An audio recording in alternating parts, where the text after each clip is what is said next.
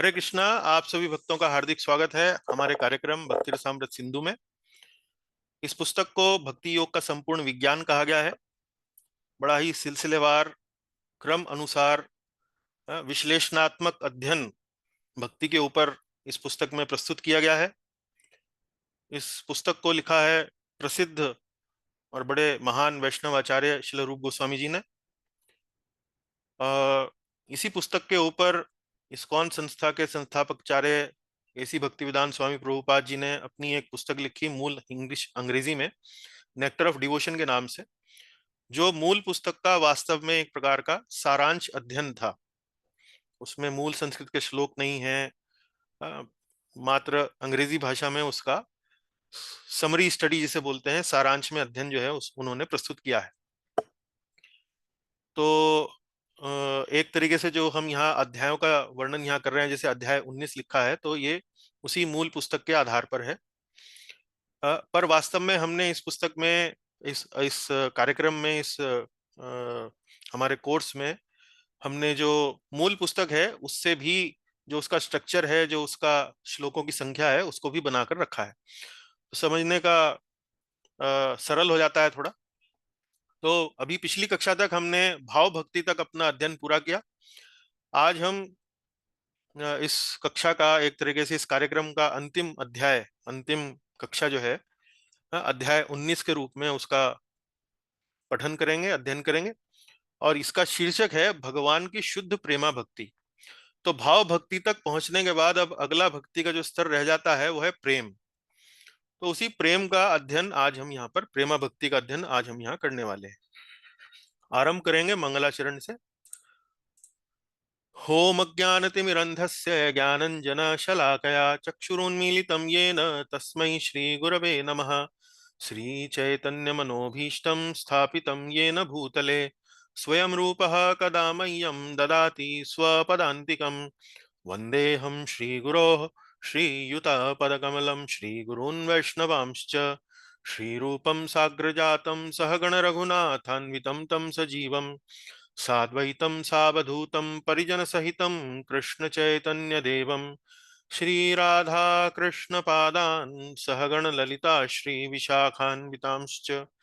हे कृष्ण करुणा सिंधो दीनबंधो जगत्पते गोपेश गोपिका कांत राधा कांत नमोस्तुते। तप्त कांचन गौरांगी राधे वृंदावनेश्वरी वृषभानुसुते देवी प्रणमामि हरिप्रिये।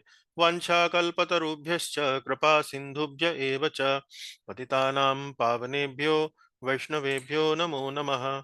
जय श्री कृष्ण चैतन्य प्रभु नित्यानंद श्री अद्वैत गदाधर श्रीवासादि गौर भक्त वृंद। हरे कृष्ण कृष्ण कृष्ण हरे हरे, हरे राम राम राम हरे हरे। चलिए, आरंभ में हम पिछली कक्षा का सारांश प्रस्तुत करते हैं। और हमारा आपसे पिछली बार ये एक तरीके से एग्रीमेंट हुआ था कि कक्षा में जो आने वाले हमारे भक्तगण हैं वो थोड़ा सा पिछली कक्षा को पहले उसका सारांश प्रस्तुत करने का प्रयास करेंगे, उसके बाद फिर हम आपको दिखाएंगे।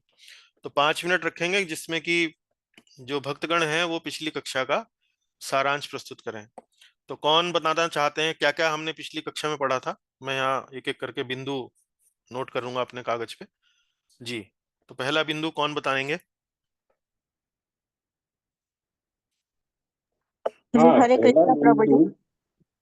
चलिए, दो आवाजें एक साथ आई। पहली आवाज जो है वो आ, इनकी थी, रसेश जी की थी। और हाँ जी, रसेश जी आप बोलिए। प्रभु जी, राधा माता जी और सुधीर प्रभु की थी, उनको बोलने दीजिए। राधा बट जी। ठीक है, मैंने अनम्यूट कर दिया है, सो आई कैन जस्ट एक कॉन्टेक्स्ट ले कर सकता हूँ कि हाँ। मनुष्य जीवन का जो उद्देश्य है हम्म। वो भगवान के प्रति प्रीति है, जो प्रेम है हम्म। उसको फिर से उजागर करने का है। और हम उस टॉपिक में एंटर करने जा रहे हैं, हम्म। प्रेम भक्ति के टॉपिक में, हम्म। कि जो भक्ति का सबसे उच्चतर स्टेज है। हम्म। और पिछली 4 कक्षाओं में हमने भाव भक्ति के बारे में सुना, हम्म। जो कि प्रेम का प्रिलिमिनरी स्टेज है। जैसे हम्म। भोर और दिन, सूर्योदय। उसका हाँ, हम्म। सूर्योदय, उसका उसका कंपैरिज़न हमने किया था। हम्म। तो दैट इज़ द कॉन्टेक्स्ट। बाकी बाकी डिवोटीज़ शेयर कर सकते हैं। हरे चलिए, कृष्ण। तो राधा जी आप बताएं, क्या कहना चाह रही थी आप? हाँ जी, हरे कृष्ण प्रभु जी। हरे आ, कृष्णा। हाँ जी, लास्ट क्लास में भाव को रति भी बताया गया था। और हम्म। उसमें दो पार्टीशन हुए थे, एक छाया रत्याभास और एक प्रतिबिंब रत्याभास। जी, बहुत बढ़िया।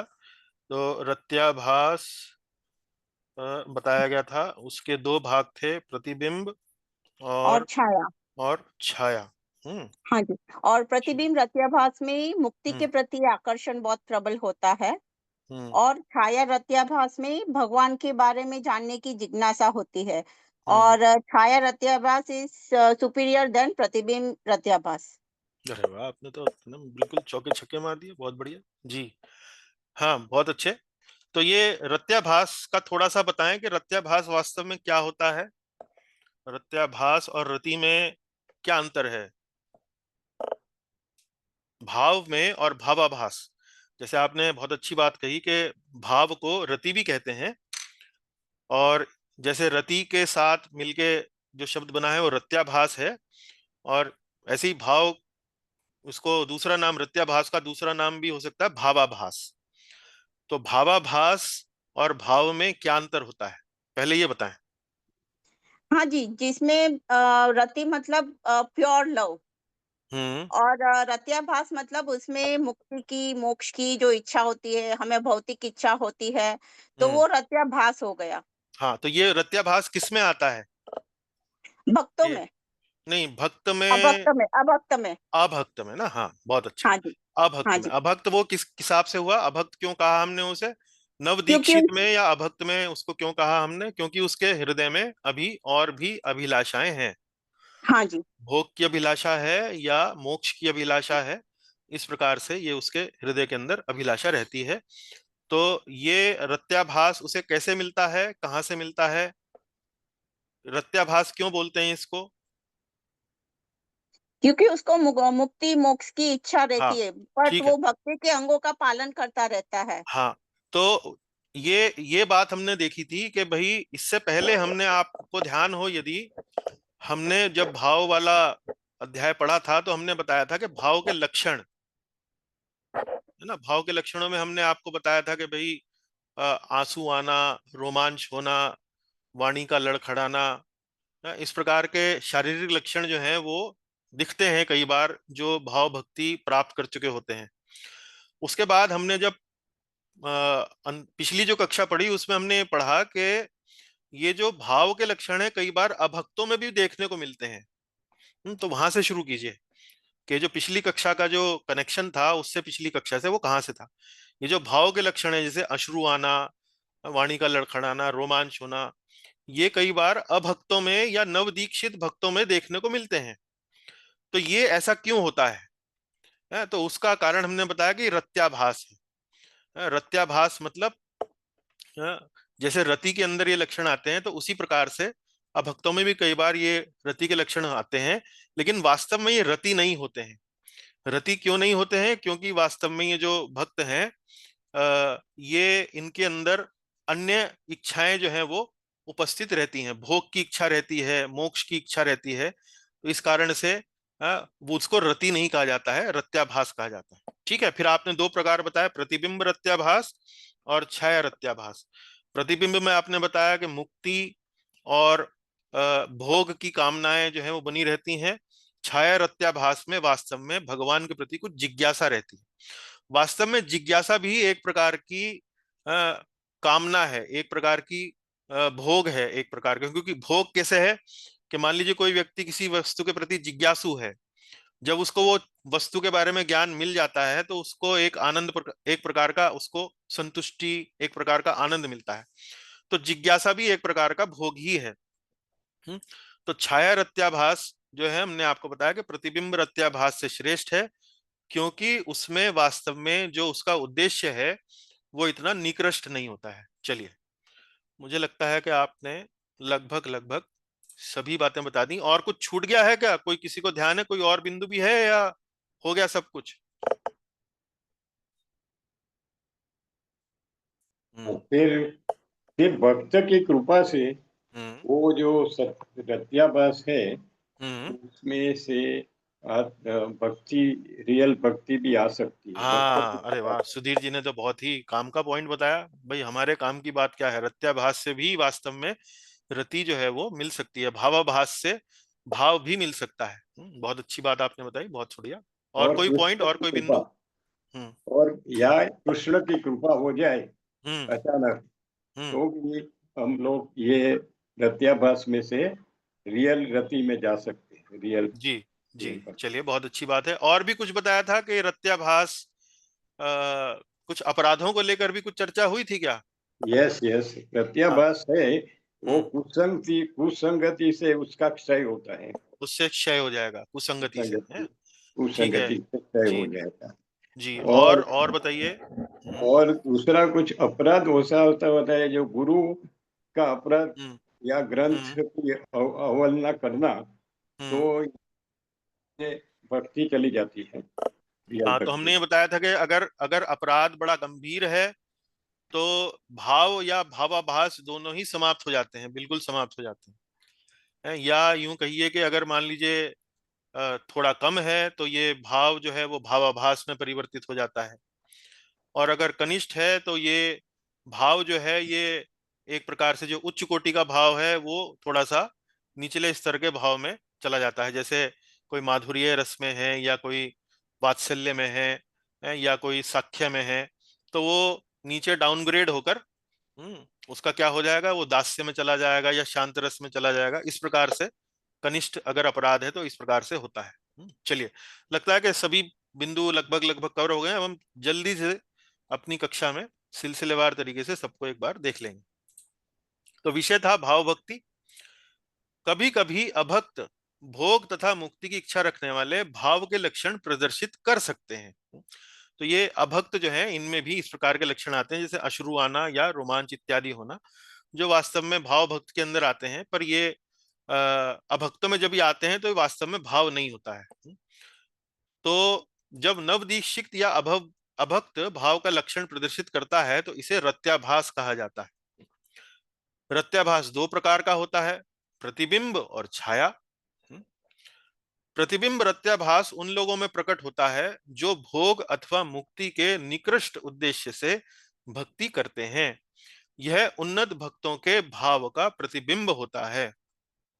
उन्नत भक्तों के भाव का प्रतिबिंब होता है। तो आपको ध्यान होगा, हमने उपमा दी थी कि भाई उन्नत भक्तों का जो हृदय है वह ऐसा है जैसे आकाश में एक चंद्रमा। तो आकाश तो हो गया एक प्रकार से उनका हृदय, और चंद्रमा की उपस्थिति उनके हृदय में हो गई एक प्रकार से भाव। तो उस चंद्रमा का प्रतिबिंब, रिफ्लेक्शन, जब किसी अभक्त के हृदय में आता है ना, तो उसको रत्याभास कहा जाता है।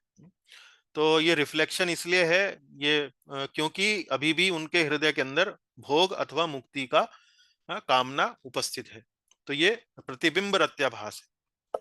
उसके बाद छाया रत्याभास उन लोगों में प्रकट होता है जो भगवान के बारे में जिज्ञासा के कारण भक्ति करते हैं। तो उनके अंदर कुछ कौतूहल, कुछ जिज्ञासा होती है कि देखूं जरा क्या चल रहा है। मान लीजिए मंदिर में जाएंगे, कोई उत्सव चल रहा है, तो देखें जरा कौन क्या बोल रहा है, क्या कर रहा है। तो ऐसे में मान लीजिए कोई शुद्ध भक्त जो है प्रवचन कर रहा है, कोई कीर्तन कर रहा है, तो वो लोग भी वहां बैठते हैं। तो उनके हृदय के अंदर वो जो उनका भाव होता है वो इसी प्रकार से इन लोगों में भी थोड़ा सा प्रकट हो जाता है, जिस कारण से उनको थोड़ा अच्छा लगता है, उनको आनंद आता है। उसके बाद छाया रत्याभास प्रतिबिंब से श्रेष्ठतर होता है क्योंकि इसमें उद्देश्य कम निकृष्ट होता है। तो इसमें तो वास्तव में उत्सुकता होती है, कौतूहल होता है छाया रत्याभास में। लेकिन प्रतिबिंब रत्याभास में भोग की इच्छा, या यूं कहिए कि मुक्ति या मोक्ष की इच्छा होती है। तो थोड़ी बहुत जिज्ञासा ये जो है, ये इतना एक प्रकार से उद्देश्य जो है इतना निकृष्ट नहीं है जितना भोग की या मुक्ति की इच्छा को यहाँ पर निकृष्ट बताया गया है। उसके बाद शुद्ध भक्ति की कृपा से रत्याभास वास्तविक रति बन सकता है, किंतु यदि अपराध हो तो अच्छे से अच्छा रत्याभास भी नष्ट हो सकता है। ये भी हमने देखा। अब फिर हमने बताया आपको कि वैष्णव अपराध 3 प्रकार के होते हैं। तो यहाँ रुकिए जरा, इसको थोड़ा करेक्ट कर लेते हैं। ये है गंभीर,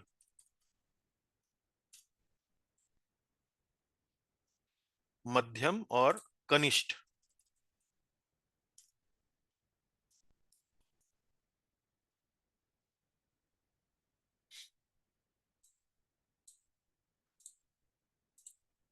चलिए, गंभीर, मध्यम और कनिष्ठ। उसके बाद फिर हमने देखा गंभीर रत्याभास में, गंभीर रत्याभास में या गंभीर अपराध की स्थिति में वास्तविक भाव जो है वो उसका वह नष्ट हो जाता है। मध्यम यदि हमारा अपराध हो तो भाव परिवर्तित हो जाता है भावाभास में, और कनिष्ठ यदि हमारा अपराध हो तो भाव की तीव्रता कम हो जाती है। जैसे हमने आपको बताया, माधुर्य से दास्य में हो जाएगी या वात्सल्य से सख्य, ये शांत रस में हो जाएगी। तो इस प्रकार से तीव्रता जो है उस भाव की कम हो जाएगी अगर कोई छोटा मोटा अपराध होता है तो। उसके हमने आपको थोड़े बहुत उदाहरण भी बताए थे, जैसे द्विविध वानर की कथा हमने बताई थी। द्विविध वानर की हमने बाद में हमें थोड़ा जानकारी हुई उसके बारे में। तो द्विविध वानर वास्तव में ये एक वानर था जो भगवान राम की सेना में था। उसका भगवान राम के प्रति तो आसक्ति थी, लेकिन लक्ष्मण जी के प्रति नहीं थी। तो लक्ष्मण जी के प्रति चूंकि उसका अपराध वो हो जाता था, तो इस कारण से उसका वो जो भाव था वो नष्ट होने लगा। और अगले, ये इस वानर की आयु बड़ी लंबी रही और ये कृष्ण लीला तक ये वानर जो था ये जीवित रहा। तो चूंकि अपराध के कारण ये वास्तव में फिर नरकासुर नामक असुर का ये मित्र बन गया, और फिर इसका वध जो है वो भगवान श्री कृष्ण ने अगले जब कृष्ण लीला थी तो उसने वहां पर उनका वध किया। तो ये द्विविध वानर की छोटी सी कथा, पिछली बार हम आपको पूरी तरह सुना नहीं पाए थे, उस तरह से है। तो उसके बाद अब देखिए, यदि भाव, तो हमने आपको फिर ये भी बताया था कि भाव जो है ये कैसे प्रकट होता है। उसके 2 कारण बताए थे पिछली कक्षाओं में। पहली कारण जो है साधना के द्वारा, अच्छी साधना यदि हम करेंगे तो वो भाव तक हमें ले जा सकती है, या फिर भगवान की और भगवान के भक्तों की कृपा से, भगवान और भक्तों की कृपा से ये भाव जो है आता है। अब एक और यहाँ पर वर्णन दिया गया है, यदि भाव बिना किसी साधना के अचानक प्रकट हो जाए तो इसे पिछले जन्म से जुड़ा हुआ समझना चाहिए। पिछले जन्म में उस व्यक्ति ने साधना करी होगी और भाव की स्थिति तक पहुंच गया होगा। तो इसी तरीके से वास्तव में अगर देखा जाए तो ये जो पिछला जन्म वाला जो तर्क है ये वास्तव में ये भी साधना से ही जुड़ा हुआ है, लेकिन पिछले जन्म से जुड़ा हुआ है और इस जन्म में ये अचानक प्रकट होता है।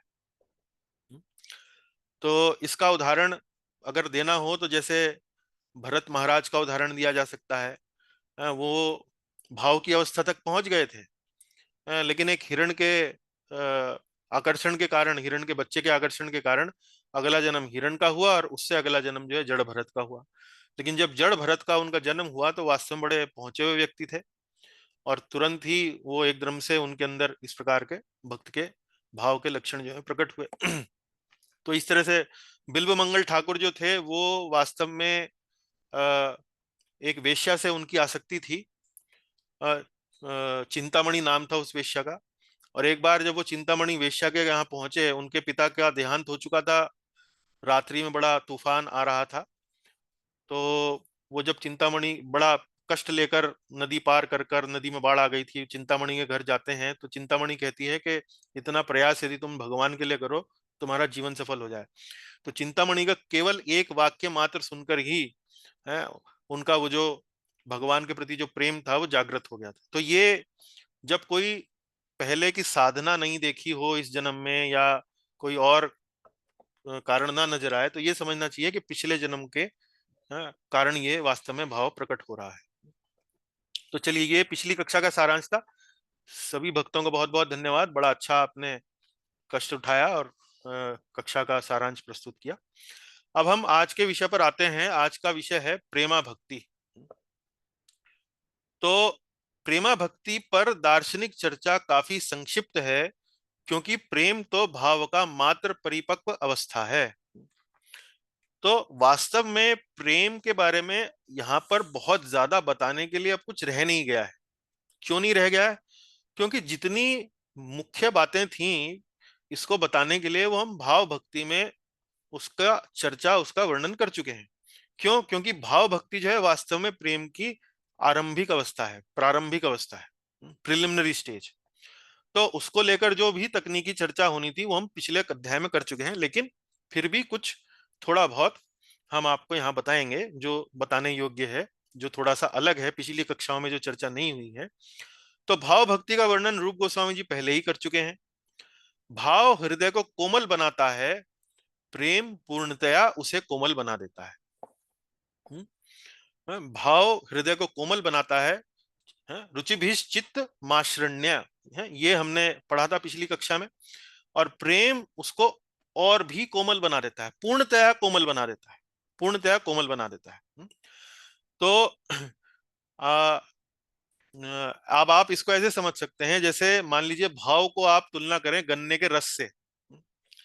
तो गन्ने का रस होता है मीठा, लेकिन गन्ने के रस को यदि आप उबालें तो उबालते उबालते उबालते उबालते वो धीरे धीरे गाढ़ा हो जाता है, गाढ़ा हो जाता है, गाढ़ा हो जाता है, और फिर धीरे धीरे क्या बन जाता है? गुड़।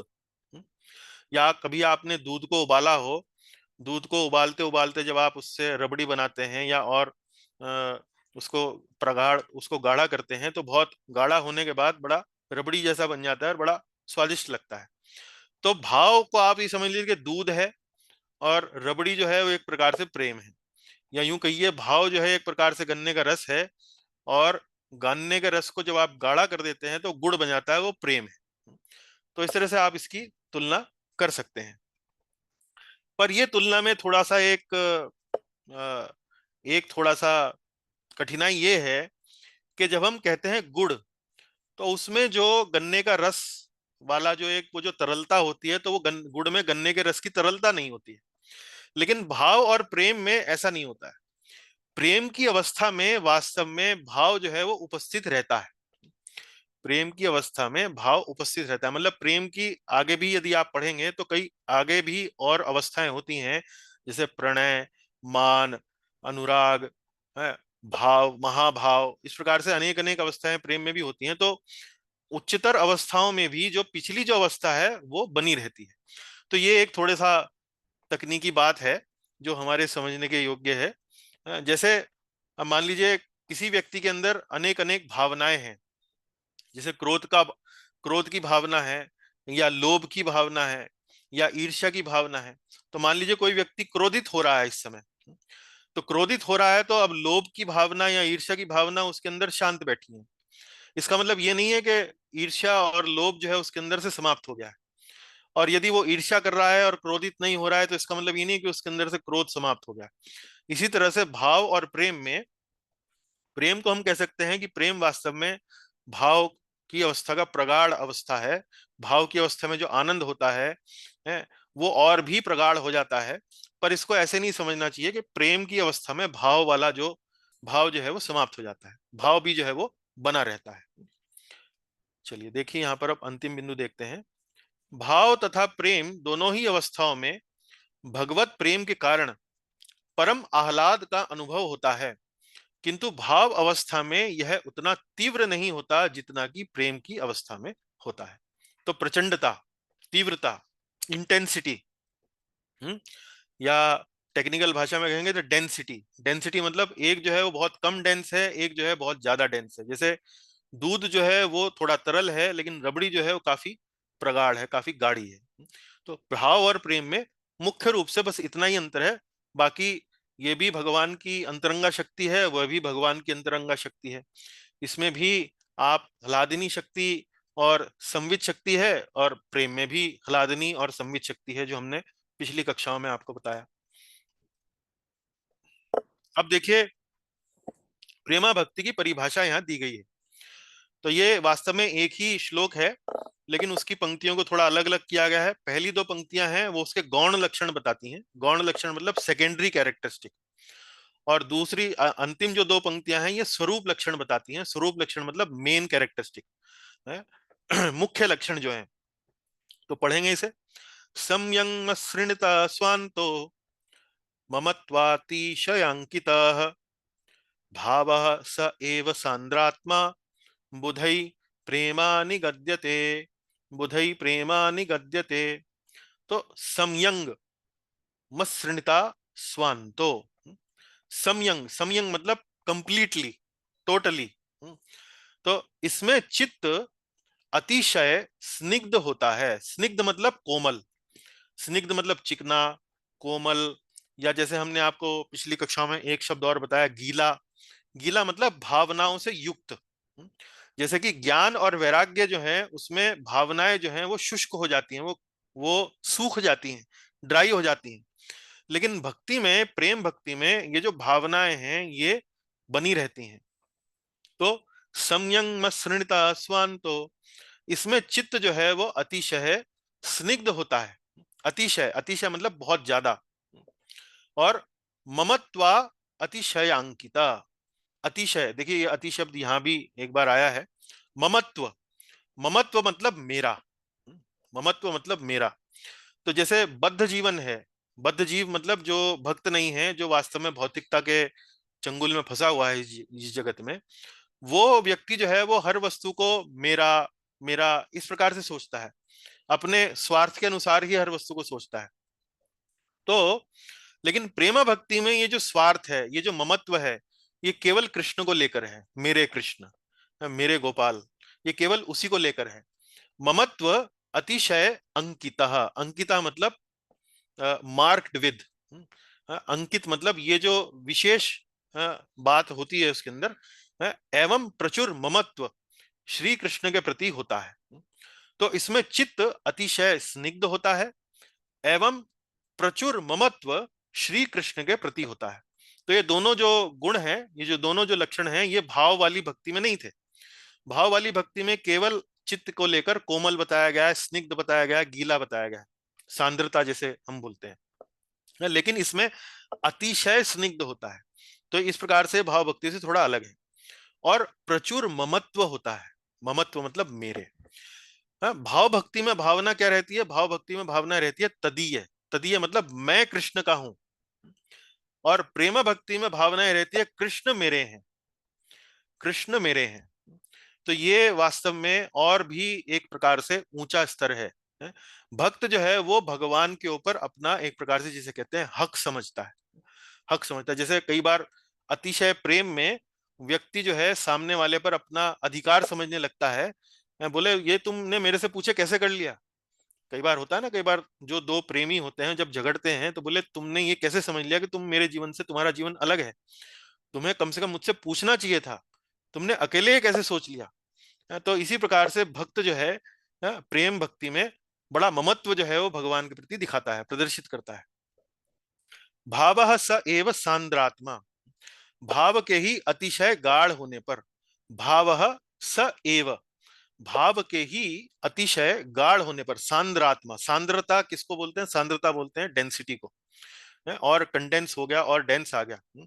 भावः स एव सांद्रात्मा, सांद्रात्मा मतलब आत्मा शब्द का अर्थ यहाँ पर यह है कि इसकी विशेषता है।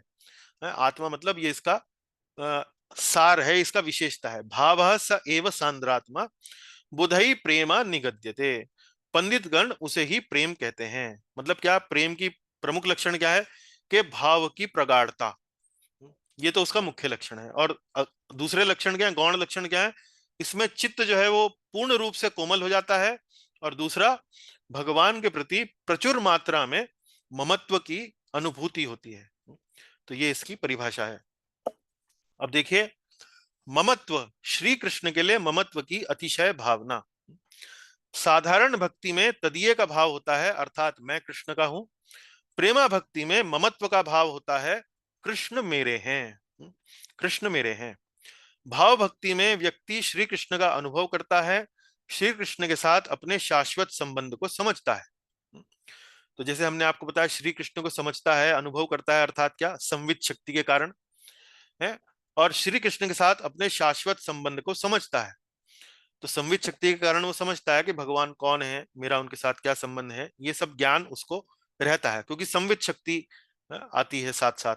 भगवान की अंतरंगा शक्ति में संवित शक्ति के कारण ऐसा होता है। फिर प्रेमा भक्ति में व्यक्ति अपने शाश्वत आध्यात्मिक स्वरूप में भगवान की लीलाओं में प्रवेश करता है। इस भाव से अभिभूत होता है कि कृष्ण मेरे पुत्र हैं, अथवा कृष्ण मेरे मित्र हैं, अथवा कृष्ण मेरे प्रेमी हैं। ये देखिए वात्सल्य रस है, ये सख्य रस है, ये यहाँ पर माधुर्य रस है।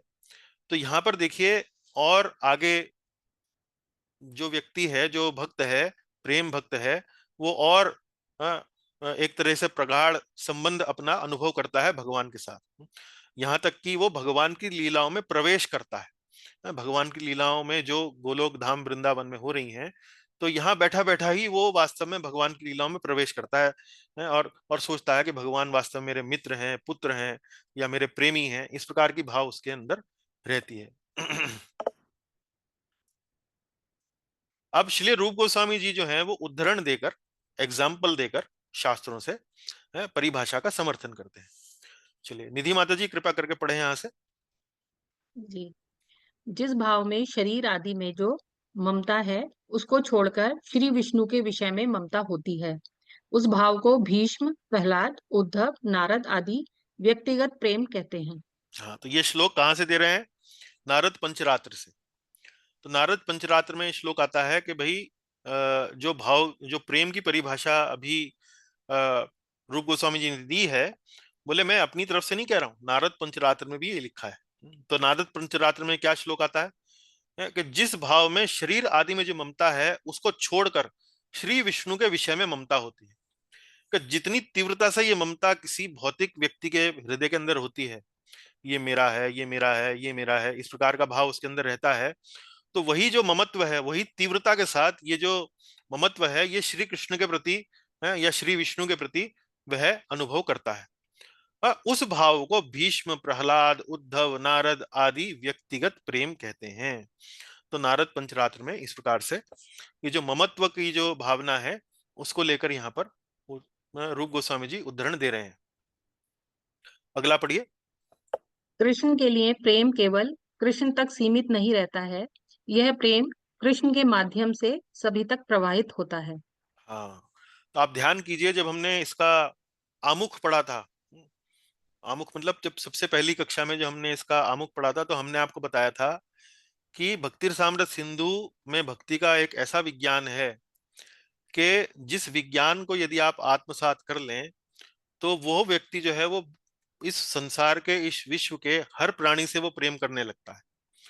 तो यही वो अवस्था है, प्रेम की अवस्था, जिसमें उसके हृदय के अंदर अब भगवान की अंतरंगा शक्ति के कारण अब वो प्रेम प्राप्त कर चुका है, भगवत प्रेम प्राप्त कर चुका है।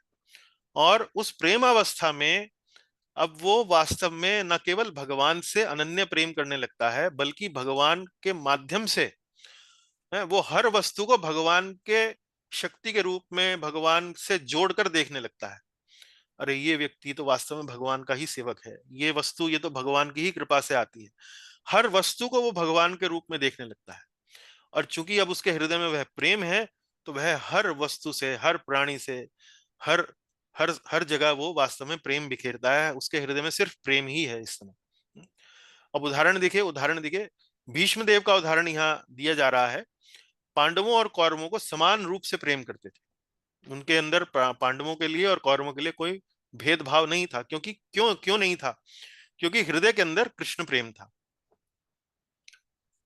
अब देखिए, प्रेम प्राप्ति के दो तरीके हैं। तो आपने ध्यान किया होगा, भाव भाव प्राप्ति के कौन से दो तरीके हमने पढ़े थे? कौन बता सकते हैं? भाव प्राप्ति के कौन से दो तरीके हमने पढ़े थे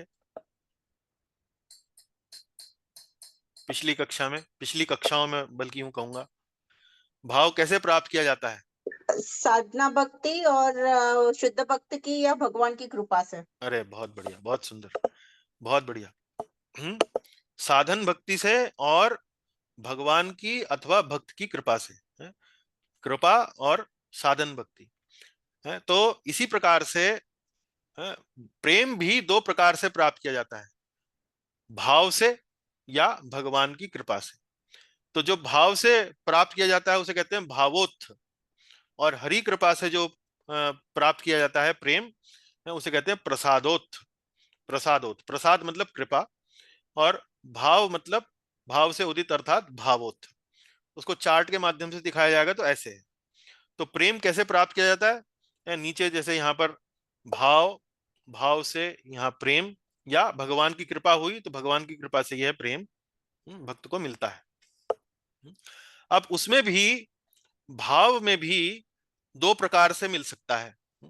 पहला रास्ता क्या, कि भक्त जो है वो वैधि साधन भक्ति कर रहा है, तो वैधि साधन भक्ति करते करते करते इस प्रकार से उसको प्रेम मिलेगा।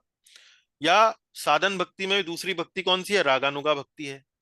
तो रागानुगा भक्ति करते करते करते इस प्रकार से वो उसको भाव से प्रेम मिलेगा।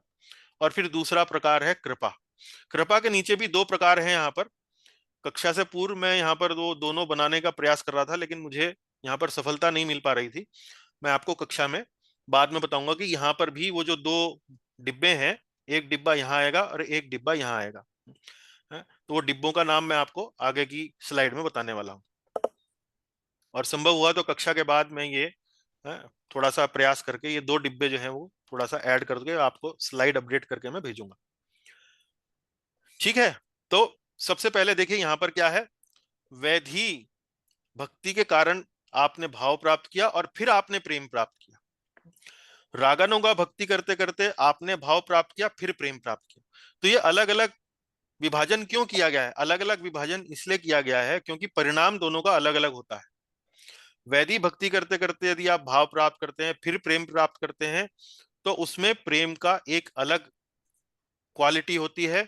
और रागानुगा भक्ति करते करते आप भाव प्राप्त करते हैं, फिर प्रेम प्राप्त करते हैं, तो उस प्रेम की जो क्वालिटी है वो अलग होती है। तो दोनों प्रेमों की, वैधि भक्ति के माध्यम से जो प्रेम प्राप्त किया या रागानुगा भक्ति और भाव के माध्यम से जो प्रेम प्राप्त किया, उनकी क्वालिटी थोड़ा अलग अलग होती है। वो क्वालिटी जो है मैं आपको कक्षा के अंत में बताने वाला हूँ। इसी प्रकार से यहाँ जैसे मैंने आपको बताया, कृपा के भी दो विभाजन है, वो आगे चल के मैं आपको बताता हूँ।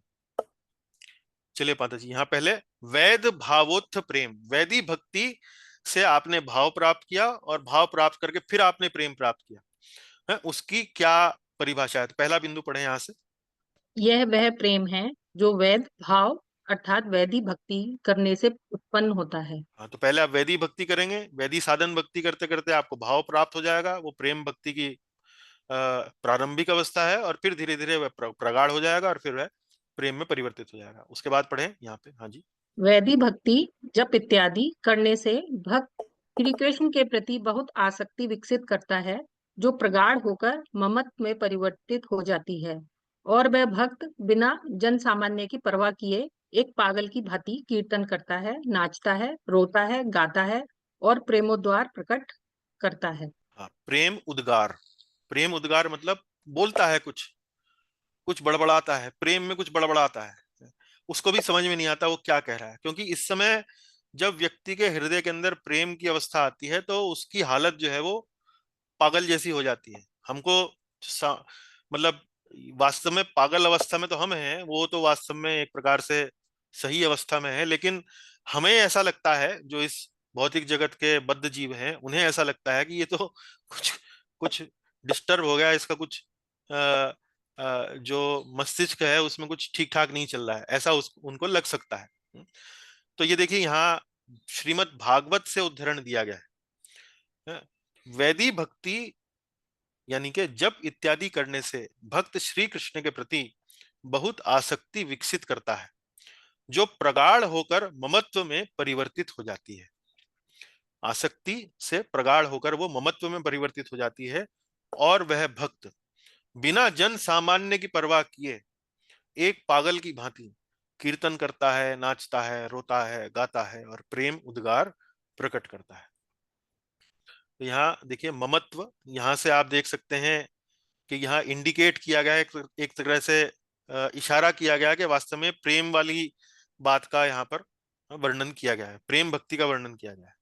और बिन जन सामान्य की परवाह किए, बिन जन सामान्य की परवाह किए मतलब उसको ये बराबर में खड़ा व्यक्ति, जनता में जो लोग मुझे देख रहे हैं, मैं कीर्तन कर रहा हूँ, नृत्य कर रहा हूँ, जो लोग मुझे देख रहे हैं, उनको उनकी कोई परवाह नहीं रहती है। लोग सामान्य जो व्यवहार है वो उसका रह नहीं जाता है, क्योंकि प्रेम जो है बढ़ चढ़कर बोलता है उसके हृदय से। तो लेकिन वो व्यक्ति कोई परवाह नहीं करता कि लोग क्या सोच रहे हैं मेरे बारे में, कैसे कूद रहा हूँ, कैसे गा रहा हूँ, कैसे प्रेम बस बड़बड़ा रहा हूँ, कुछ वो उसको विचार नहीं होता है। चलिए अब हम रागानुगीय भावोत्थ प्रेम, तो आशा है आप ध्यान दे रहे होंगे। वैधी भावोत्थ प्रेम और रागानुगीय भावोत्थ प्रेम, अब हम यहाँ दूसरे वाले की चर्चा कर रहे हैं। हाँ, तो ये यहाँ से पढ़िए माता जी। यह वह प्रेम है जो रागानुगा साधन भक्ति से उत्पन्न होता है। अगला पढ़ें। चंद्रकांति ने ब्रह्मचर्य का पालन किया और उसने किसी अन्य पति की इच्छा नहीं की, क्योंकि उसका केवल श्री कृष्ण के लिए ही अनुराग था। यह उसके ममत्व को इंगित करता है, जो प्रेम का लक्षण है। वह निरंतर केवल श्री कृष्ण के विग्रहों पर ध्यान करती थी, क्योंकि वह पहले से ही भावावस्था में थी और रोमांच अनुभव करते हुए श्री कृष्ण के बारे में गाथाओं का गायन करती थी। हाँ, तो अब ध्यान कीजिए, वैधी भक्ति के हमने आपको अंग बताए थे। कितने अंग बता चुके हम वैधी भक्ति के अंग आपको? वैधी भक्ति में आपको ध्यान है कितने अंग पढ़े हमने भक्ति रसामृत सिंधु? 64 64 अंग हमने 64 अंग पढ़े, ठीक है ना। अच्छा, रागानुगा भक्ति के हमने कौन कौन से अंग पढ़े, कुछ ध्यान है क्या? वो भी 64 थे या बहुत थोड़े से थे? तीन कौन कौन से हैं? भगवान कृष्ण और रागानुगा भक्त के भाव का जो अनुसरण करना है, उनकी लीलाओं का श्रवण करना, हाँ, और वृंदावन में वास करना। वृंदावन में वास करना, ठीक है ना। तो ये उसमें लीला स्मरण करना, और एक प्रकार से मुख्य रूप से वही वही देखिए आपको यहाँ पर दिखाई देंगे। इसमें अन्य किसी की इच्छा नहीं थी, क्योंकि उनका केवल श्री कृष्ण के लिए ही अनुराग था। वह उसके ममत्व को इंगित करता है, जो प्रेम का लक्षण है। वह निरंतर केवल श्री कृष्ण के विग्रहों पर ध्यान करती थी। तो एक प्रकार से देखिए यहाँ लीला स्मरण है। लीला स्मरण देखिए यहाँ पर भी आता है, श्री कृष्ण के बारे में गाथाओं का गायन करती थी। तो ये लीला स्मरण एक प्रकार से आ गया। और यहाँ ये बताने की प्रयास किया जा रहा है कि वास्तव में ये रोमांच का अनुभव कर रही हैं, रोमांच का अनुभव कर रही हैं, क्योंकि वह पहले से ही भाव अवस्था को प्राप्त कर चुकी हैं, है ना। तो यहाँ देखिए श्री कृष्ण के गाथाओं का गायन करती थी और केवल श्री कृष्ण के विग्रहों पर ध्यान करती थी। तो उसमें हमने आपको रागानुगा भक्ति में यह भी बताया था कि साधक देह और सिद्ध देह। सिद्ध देह मतलब जो उनका स्वरूप है, उससे तो वो लीला स्मरण करेंगे, या वो जो क्या बोलते हैं आपका रागात्मी का जो भक्त हैं, जो वृंदावन के अंदर जो रागात्मी का भक्त हैं, अपने सिद्ध देह से तो वो उनके बारे में स्मरण करेंगी, और अपनी साधक देह से जो है वो अपनी एक प्रकार से साधना करेंगी। तो यहाँ देखिए गाथाओं का गायन कर रही थी, और अपने साधक देह से तो गाथाओं का गायन कर रही थी, और अपने सिद्ध देह से वह वास्तव में श्री कृष्ण के विग्रहों का या उन लीलाओं का स्मरण कर रही थी। तो ये यहाँ पर उदाहरण दिया गया है पद्म पुराण से, चंद्रकांति नामक एक युवती का, जिसने वास्तव में रागानुगा साधन भक्ति के माध्यम से उसने प्रेम भक्ति प्राप्त करी। चलिए आगे चलते हैं, अगला पढ़े माता जी यहाँ से। प्रसादोत्थ प्रेम। प्रसादोत्थ प्रेम मतलब हम कहाँ गए चार्ट के अंदर? प्रसादोत्थ प्रेम मतलब प्रसाद और कृपा, ये एक ही शब्द है। तो अभी हमने भाव में वैदी भावोत्थ का उदाहरण पढ़ा और रागानुगा भावोत्थ का उदाहरण पढ़ा। अब हम कृपा, तो प्रसादोत्थ प्रेम का हम अब उदाहरण पढ़ रहे हैं। पढ़िए यहाँ से।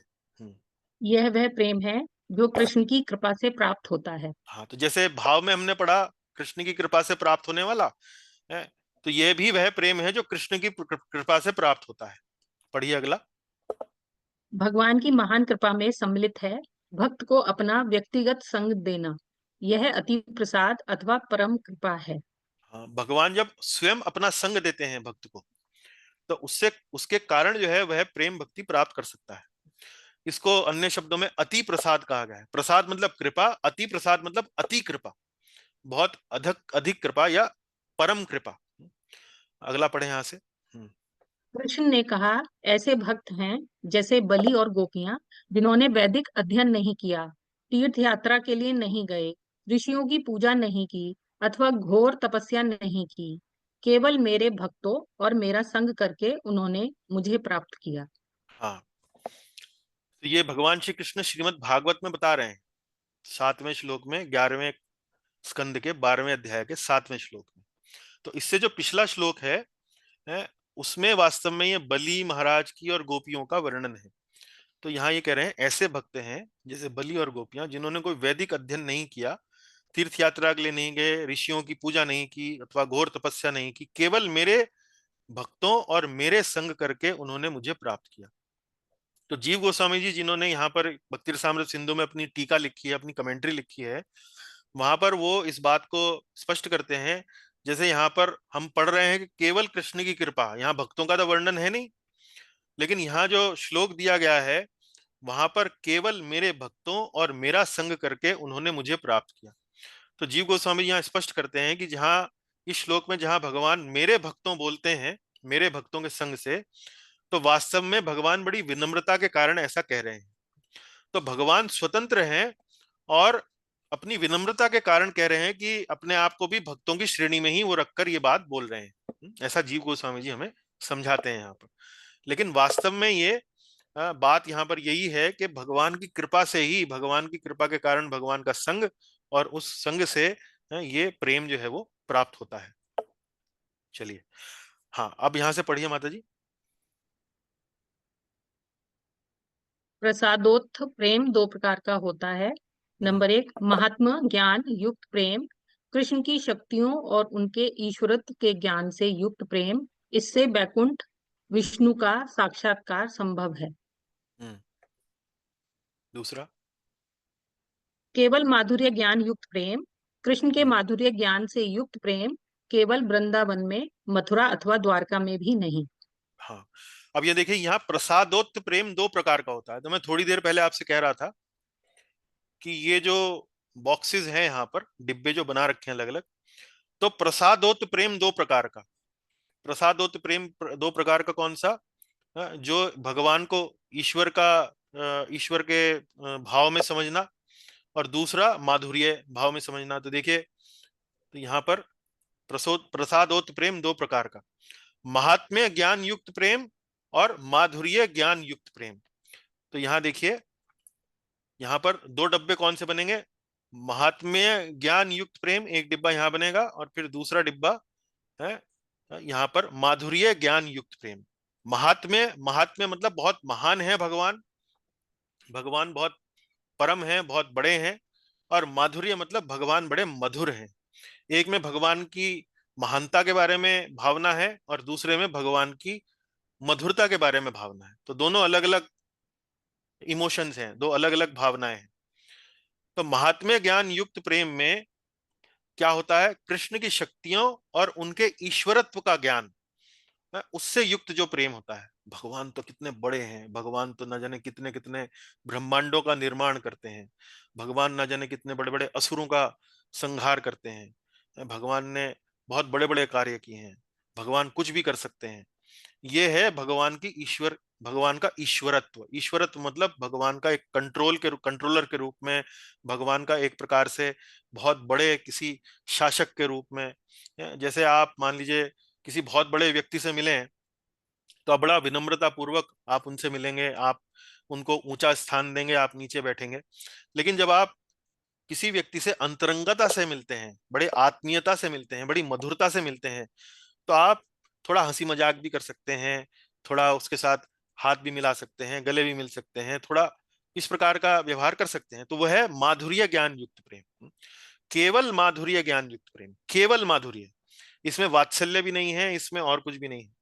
कृष्ण के माधुर्य ज्ञान युक्त से प्रेम, और इसमें भी विशेष रूप से वृंदावन में जो गोपियों का जो भाव है उसकी बात हो रही है। मथुरा या द्वारका में भी जो नहीं है, मथुरा में भी भगवान की वास्तव में रानियां हैं।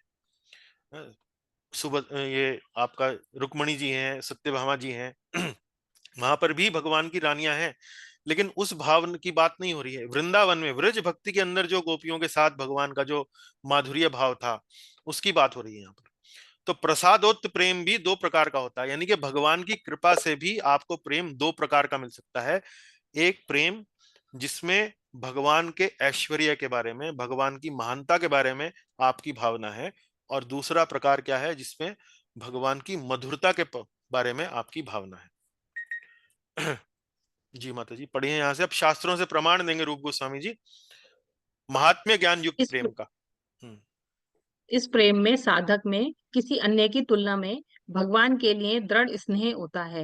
इस प्रेम में भगवान की शक्तियों का ज्ञान सम्मिलित होता है, जिसके द्वारा व्यक्ति 4 प्रकार की मुक्तियां सालोक्य, सामीप्य, सारूप्य और साष्टी प्राप्त करता है। हाँ, तो नारद पंचरात्र। अब देखिए, मैंने आपको बताया था ना कि दोनों ये जो अलग अलग प्रेम हैं, अलग अलग जो तरीकों से मिलते हैं और अलग अलग भाव उत्पन्न करते हैं, इनका वास्तव में जो परिणाम है वो भी अलग अलग होता है, वो भी अलग अलग परिणाम होता है। तो इसमें साधक में किसी अन्य की तुलना में, किसी अन्य व्यक्ति की तुलना में भगवान के लिए दृढ़ स्नेह होता है, और इसमें वास्तव में भगवान की शक्तियों का ज्ञान सम्मिलित होता है। तो ये प्रेम जब व्यक्ति करता है तो ये भावना उसके मन में रहती है कि भगवान बहुत महान है, भगवान बहुत बड़े हैं। ये भाव उसके अंदर रहता है, ऐश्वर्य का भाव। और माधुर्य भावनाएं क्यों प्रकट नहीं हो पाती हैं इस प्रकार से, उसका कारण यहां बताया गया। पढ़िए माता जी। इस प्रेम में कृष्ण की शक्तियों का बोध सख्य, वात्सल्य और माधुर्य की भावनाएं बाधित करता है। हाँ, तो ये भावना अगर हमारे मन में रहती है कि भगवान बहुत महान है, तो हम वास्तव में उनसे सख्य रूप से, एक फ्रेंड की तरह से, एक मित्र की तरह से, या वात्सल्य यानी कि एक माता पिता की तरह से, या माधुर्य यानी कि एक प्रेमी के रूप में भगवान के साथ व्यवहार नहीं कर सकते। वहां पर तो बड़ा आदर से और बड़ा क्या नाम दूरी बनाकर एक भगवान के लिए एक बड़ा ऐश्वर्य का भाव मन में रखते हुए वो विचार जो है वो रहता है। प्रेम है, लेकिन वो प्रेम जो है वो भगवान के ऐश्वर्य से मिला हुआ है, उसमें भगवान का ऐश्वर्य का भाव जो है वो मिक्स्ड है। तो इसलिए वो प्रेम जो है वास्तव में उस प्रकार का मूड नहीं ले सकता है कि जैसे सख्य है, वात्सल्य है, माधुर्य है। यानी कि जैसे आप अपने कंपनी में, मान लीजिए आपके जो कंपनी के जो वाइस प्रेसिडेंट हैं या कोई प्रेसिडेंट हैं, या आपके जो कंपनी के जो मालिक हैं, आप यदि कहीं नौकरी करते हैं, तो आपका जो कर्मचारी है, मतलब जो आप मान लीजिए कर्मचारी के रूप में वहां काम कर रहे हैं, तो आपका जो अपने बॉस से या बहुत ऊंचे व्यक्ति पद पर जो व्यक्ति है, उससे आप फ्रेंडली रूप से बात नहीं करेंगे, उससे आप पिता या माता के रूप में बात नहीं करेंगे। मान लीजिए वो आपसे छोटा है उम्र में, आप 65 साल के हो गए हैं, वो मान लीजिए 40 साल का ही है लेकिन बहुत ऊंचे पद पर है, तो आप उसे पुत्र कहकर, बेटा कहकर ऐसे बात नहीं करेंगे। माधुर्य मतलब आप उसे डार्लिंग कहकर बात नहीं करेंगे, आप तो मिस्टर कहकर या सम्मानजनक शब्दों का उपयोग कर कर आप उनसे बात करेंगे। तो इसी प्रकार से महात्म्य ज्ञान युक्त प्रेम मतलब जिसमें भगवान की महानता मिली रहती है हमारे प्रेम के अंदर, ऐसा भाव रहता है, तो उसे महात्म्य ज्ञान युक्त प्रेम कहते हैं। आगे चलते हैं। और इससे व्यक्ति को क्या प्राप्त होता है? सालोक्य, सामीप्य, सारूप्य और सार्ष्टी। तो हमने मुक्तियों के अलग अलग प्रकार आपको बताए थे। सालोक्य मतलब वैसा ही लोक जिसमें भगवान रहते हैं, तो आप भी उसी लोक में रहते हैं। सामीप्य मतलब भगवान के निकट रहते हैं। तो इस प्रकार से हमने ये सब अलग अलग मुक्तियों के बारे में पहले ही कक्षा में हम बता चुके हैं। आगे चलते हैं। तो ये हो गया महात्म्य ज्ञान युक्त प्रेम। अब हम माधुर्य ज्ञान युक्त प्रेम, बल्कि केवल माधुर्य ज्ञान युक्त प्रेम। तो पढ़िए माता जी, रूप गोस्वामी जी क्या प्रमाण देते हैं? केवल माधुर्य ज्ञान युक्त प्रेम वह है जिसमें बिना किसी निजी स्वार्थ के श्री कृष्ण को निरंतर प्रसन्न करने की कामना होती है, अतः हाँ यहाँ तक कि श्री विष्णु को भी अपने वशीभूत कर लेता है।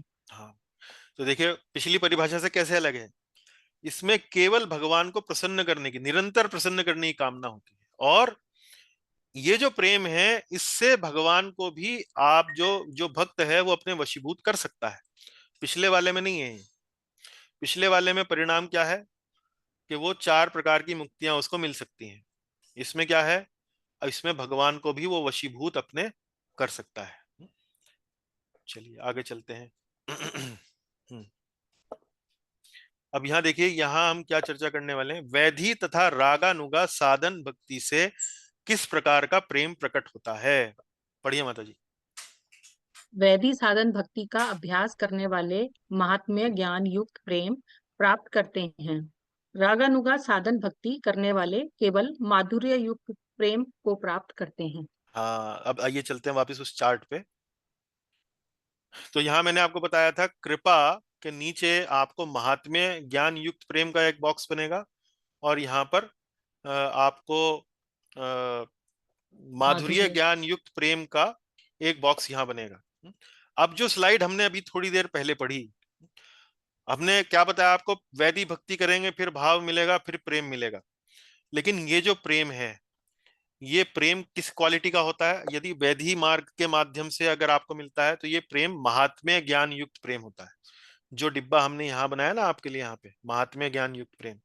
तो वैधि भक्ति से भी जो हमें प्रेम की प्राप्ति होती है वो महात्म्य ज्ञान युक्त प्रेम। तो यहाँ तो हमने देखा कि महात्म्य ज्ञान युक्त प्रेम सीधा भगवान की कृपा से मिल गया, लेकिन यहाँ भी वो प्रेम मिला, पर वो प्रेम किस मार्ग पर चलते हुए मिलता है? वैधि भक्ति के मार्ग पर चलते हुए हमको ये महात्म्य ज्ञान युक्त प्रेम प्राप्त होता है।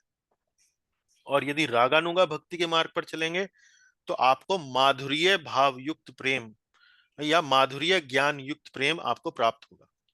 ये अंतर स्पष्ट आया आपको? ये बात समझ में आती है निधि जी? मुझे एक बार और बोल दीजिए, सुन नहीं पाई। कोई बात नहीं। यहां तक आप समझ पाई कि कृपा के नीचे कौन से दो डिब्बे बनेंगे? जी, कौन कौन से बनेंगे? महात्म्य ज्ञान युक्त प्रेम और हाँ, माधुर्य ज्ञान युक्त प्रेम। महात्म्य ज्ञान युक्त प्रेम, ये दो डिब्बे कृपा के नीचे बन जाएंगे। ठीक है ना? अब मैं जी। आपको ये कह रहा हूं, वैधि भक्ति करते करते आपको पहले भाव प्राप्त होगा और फिर उस भाव से प्रेम प्राप्त होगा। तो प्रेम तो मिला, लेकिन किस रास्ते से आया? वैधि भक्ति से भाव मिला, फिर भाव से प्रेम मिला। तो ये प्रेम की जो क्वालिटी है वो कौन सी है? ये प्रेम की क्वालिटी कौन सी है? महात्म्य ज्ञान युक्त प्रेम। महात्म्य ज्ञान युक्त प्रेम में किस प्रकार का इमोशन होता है, किस प्रकार की भावना होती है? भगवान के ऐश्वर्य, भगवान बहुत महान है, उनके ऐश्वर्य की भावना। ठीक। और रागानुगा भक्ति करते करते आपको भाव मिला, फिर आप प्रेम प्राप्त करा। इस प्रेम की क्वालिटी कौन सी होगी जो रागानुगा भक्ति करते करते आपको प्राप्त हुई? माधुर्य। माधुर्य। माधुर्य। माधुर्य। तो दोनों रस्तों से प्रेम तो मिला, रागानुगा वाले से प्रेम मिला, रास्ता तो वही है, भाव के थ्रू ही जाएगा। मान लो मुजफ्फरनगर से आपको दिल्ली जाना है तो मेरठ से ही जाएंगे आप। इसी तरह वैधि है तो भाव से ही आपको होकर जाना पड़ेगा, रागानुगा है तो वैसे ही भाव से होकर जाना पड़ेगा। लेकिन क्वालिटी अलग अलग है, क्वालिटी अलग अलग है। इसमें महात्म्य ज्ञान युक्त प्रेम मिलेगा, इसमें रागानुगा में आपको कौन सा मिलेगा? माधुर्य ज्ञान युक्त, माधुर्य ज्ञान। ठीक है ना? कृपा से जो आपको प्रेम मिल रहा है वो दो डिब्बे आपने समझ लिए यहाँ पे, एक तो महात्म्य ज्ञान युक्त है, एक माधुर्य ज्ञान युक्त है। जी समझ गए? तो ये कृपा से तो दोनों बॉक्स यहाँ एकदम बन जाएंगे, लेकिन वो दोनों बॉक्स यहाँ के यहाँ भी बनेंगे। वैधि से आपको महात्म्य ज्ञान युक्त और रागानुगा से आपको माधुर्य ज्ञान युक्त। ये समझ में आ गया? ठीक। कक्षा से पहले मैं बनाने की कोशिश कर रहा था, लेकिन वो थोड़ी टेक्निकल कुछ समस्या हो रही थी सॉफ्टवेयर में, तो बना नहीं पाया। तो ये समझ में आ गया तो ठीक है, मैं आपको कक्षा के बाद जो है ये डिब्बे बना के भेजूंगा स्लाइड। ठीक है? तो महात्म्य ज्ञान युक्त हो गया, केवल माधुर्य ज्ञान युक्त हो गया।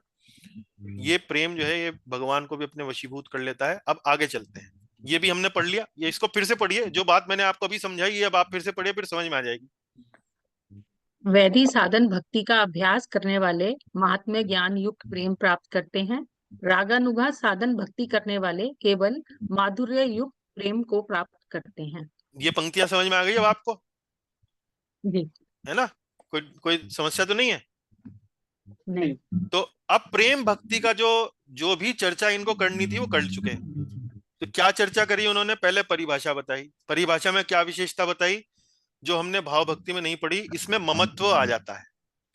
भाव भक्ति में रहता है मैं कृष्ण का हूं, और प्रेम भक्ति में रहता है कि कृष्ण मेरे हैं। चित्त जो है वो पूर्ण रूप से कोमल हो जाता है। और हमने क्या पढ़ा, और कुछ भूल गया क्या मैं? एक आध बात और पढ़ी थी शायद। चित्त जो है पूरी तरह से कोमल हो जाता है और प्रचुर मात्रा में ममत्व आ जाता है, और भाव के अतिशय गाढ़ होने को ही वास्तव में भाव कहते हैं। तो ये सारी बातें हमने समझ ली, ठीक है ना? तो और उसके बाद फिर हमने पढ़ा कि भाई ये कैसे मिलता है, कितने प्रकार का है। तो एक तो हमने भाव से मिलता है और दूसरा कृपा से मिलता है, प्रसाद। कृपा में भी दो प्रकार, भाव में भी दो प्रकार कौन से हैं? एक तो वैधि भावोत्थ और रागानुगा भावोत्थ, ठीक है ना? तो वैधि भावोत्थ प्रेम हमें कौन सी क्वालिटी का मिलेगा? महात्म्य ज्ञान युक्त। और रागानुगा से हमें कौन सा मिलेगा? माधुर्य ज्ञान युक्त। और कृपा से हमें ये दोनों जो है वो मिल सकते हैं। भगवान की कृपा होगी तो या तो महात्म्य ज्ञान युक्त मिलेगा, या दूसरा कौन सा था? माधुर्य ज्ञान युक्त मिलेगा, ठीक है ना? समझ में आती है? अब तक का पूरा जो हमने चर्चा करी वो संक्षेप में समझ में आ गई? प्रभु जी एक बात पूछना चाह रहा था। पूछिए। हरे कृष्ण। हाँ, मैं जानना चाह रहा था, जैसे दास में है, जैसे दास में वो कैसे कर पाएगा प्रेम? दास तो आपका वो हो गया ना, दास तो आपका वो हो गया महात्म्य ज्ञान युक्त। कृष्ण मेरे है, मैं कैसे कर लूंगा? हाँ, तो महात्म्य ज्ञान युक्त हो गया ना। तो महात्म्य ज्ञान युक्त, ठीक। मतलब कृष्ण मेरे हैं, वो भावना उसमें भी रहेगी, वो भावना उसमें भी रहेगी, ममत्व का भाव तो उसमें भी रहेगा। जब वो प्रेम प्रगाढ़ होगा तो वो ममत्व का भाव तो उसमें भी रहेगा, लेकिन आदर और सम्मान के साथ वो सोचेगा ऐसा। इसमें यही सोचूंगा कृष्ण मेरे स्वामी है। हाँ, लेकिन वो आदर और सम्मान का भाव रहेगा। ठीक है, ठीक है जी। चलिए, प्रेमोदय का क्रम। प्रेमोदय का क्रम मतलब अब यहाँ पर वो क्रम बताया जा रहा है कि कैसे व्यक्ति जो है वो जब नया नया भक्ति में आया था और वहां से लेकर उसकी यात्रा जो चल रही है प्रेम तक की, उसमें बीच बीच में कौन कौन सी अवस्थाएं आती हैं। तो उसका वर्णन यहाँ किया गया है 15वें और 16वें श्लोक में, चौथे अध्याय में, भक्ति रसामृत सिंधु के पहले जो पूर्वी विभाग है उसके। तो पढ़िए माता जी पहले यहाँ से। सामान्यतः हम निरंतर उत्साहपूर्वक प्रयास के द्वारा ही प्रेम प्राप्त करते हैं। यह किसी कृपा से संभव होना बहुत दुर्लभ है। रूप गोस्वामी श्रद्धा से प्रेम तक क्रमिक विकास का वर्णन करते हैं। तो मुख्य रूप से, सामान्य रूप से या नॉर्मल सिचुएशन में तो भक्त का अपना ही प्रयास होता है, निरंतर उत्साहपूर्वक प्रयास होता है, जिसके माध्यम से वो प्रेम तक पहुंच सकता है। कृपा के द्वारा, भगवान की कृपा के द्वारा, भक्त की कृपा के द्वारा ये बड़ा दुर्लभ है। तो पहले ही भक्ति वास्तव में दुर्लभ है। यहां तक भी कोई व्यक्ति पहुंच जाए कि भाई वो श्रद्धा तक या भगवान तक पहुंचने के बारे में सोच रहा है, कुछ कीर्तन कर रहा है, जप कर रहा है, यही अपने आप में बहुत बड़ी कहानी है। और उसमें भी कई, यदि व्यक्ति ये सोचने लगे कि भाई मुझे भगवान की कृपा हुई, तो दुर्लभ में भी दुर्लभ है, दुर्लभ में भी दुर्लभ है। तो अब उसका क्रम जो है वो रूप गोस्वामी जी बता रहे हैं। तो पहली अवस्था कौन सी है, पहला क्रम कौन सा है? श्रद्धा। श्रद्धा का मतलब क्या है? श्रद्धा का मतलब है शास्त्र के अर्थों में विश्वास होना, शास्त्रों के अर्थ में विश्वास होना, जो अनायास ही किसी साधु के संग से आता है। जब आप मान लीजिए साधु का संग कर रहे हैं, कुछ से प्रवचन सुन रहे हैं, कोई बात सुन रहे हैं, कोई उसकी लिखी हुई कोई पुस्तक पढ़ रहे हैं, पढ़ते पढ़ते आपके मन के अंदर ये शास्त्र के अर्थ के अंदर विश्वास जागृत हो गया, तो इसको श्रद्धा कहते हैं। और जब वो श्रद्धा आ जाती है किसी व्यक्ति के मन में, तो फिर साधु संग। साधु संग वास्तव में इसका अर्थ क्या है? गुरु का संग। किसी ऐसे व्यक्ति का संग करना आप आरंभ कर देते हैं जो वास्तव में आगे चल के आपके गुरु का स्थान ले लेता है। साधु संग अर्थात गुरु का संग। फिर भजन क्रिया। अब आप उस गुरु के निर्देशन में श्रवण कीर्तन का अभ्यास करते हैं, शिक्षा लेते हैं, प्रशिक्षण लेते हैं, श्रवण कैसे करना है, कीर्तन कैसे करना है, उसका आप अभ्यास करना आरंभ करते हैं। और फिर अनर्थ निवृत्ति। ये सब करने से आपके जो अनर्थ है, काम क्रोध लोभ मोह मद मत्सर्य, ये जो षड विकार हैं, इनकी निवृत्ति होने लगती है। और ये जो अवस्था है, ये जो अवस्था है ये वास्तव में बहुत लंबी चलती है। ये जो अवस्था है ये बहुत लंबी चलती है, कई बार तो कई कई जीवन काल तक चलती है। संभव नहीं है कि कई बार एक ही जन्म में ये पूरी हो जाए, लंबी चलती है। और फिर इसके लगभग लगभग पूरा हो जाने पर फिर व्यक्ति जो है वो निष्ठावान होता है, भक्ति में अब स्थिर हो गया है, स्थिर हो गया है। कई बार हमने देखा है कि हम भक्त भी हैं और लेकिन कई बार अन्य अन्य जो अभिलाषा हैं वो बनी रहती हैं कि भाई क्रिकेट का मैच भी देख लूं, फिल्म भी देख लूं, ये भी देख लूं, वो भी देख लूं। तो इसका मतलब यह है कि भी निष्ठा नहीं आई, यहाँ भी दृढ़ता नहीं आई। भक्ति में स्थिरता की प्राप्ति मतलब निष्ठावान। उसके बाद ये जो निष्ठा है ये रुचि में परिवर्तित हो जाती है। रुचि में परिवर्तित मतलब भगवान के लिए इच्छा व रुचि उत्पन्न हो जाना, एक आस्वाद, एक एक उनके प्रति एक रस का अनुभव होना। लेकिन ये बुद्धिपूर्वक, बुद्धिपूर्वक मतलब अभी भी वो जो है अपनी बुद्धि के माध्यम से ये रुचि को अनुभव करता है। सातवां क्या है? आसक्ति। आसक्ति मतलब भगवान के लिए स्वतः स्फूर्त, जिसे बोलते हैं स्पॉन्टेनियस, स्पॉन्टेनियस इच्छा अथवा आसक्ति। यानी कि अब ये तो बुद्धिपूर्वक थी, ये स्वाभाविक है, अब ये स्वभाव बन गई है उसकी, इसका उसको एक प्रकार से एडिक्शन हो गया है, एडिक्शन हो गया है।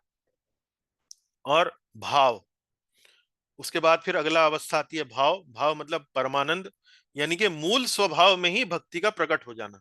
मूल स्वभाव, जैसे हमने आपको क्या कहा, हमारा स्वभाव जो है वो कहां से आता है? हमारे चित्त से आता है। चित्त में जो हमारे पूर्व के जो संस्कार पड़े रहते हैं उनसे हमारा स्वभाव जो है वो बनता है। अब भाव में क्या होता है कि चित्त माश्रण्य, चित्त माश्रण्य मतलब अब उसके चित्त में भगवान की अंतरंगा शक्ति ने घर बना लिया है और पूर्ण रूप से अब वो भगवान की अंतरंगा शक्ति के कब्जे में है। जैसे हमने आपको बताया ना, भाव में क्या हो जाता है, जैसे कोई व्यक्ति के ऊपर कोई चुड़ैल या कोई भूत चिपट जाता है ना, और वो भूत के कब्जे में आ जाता है।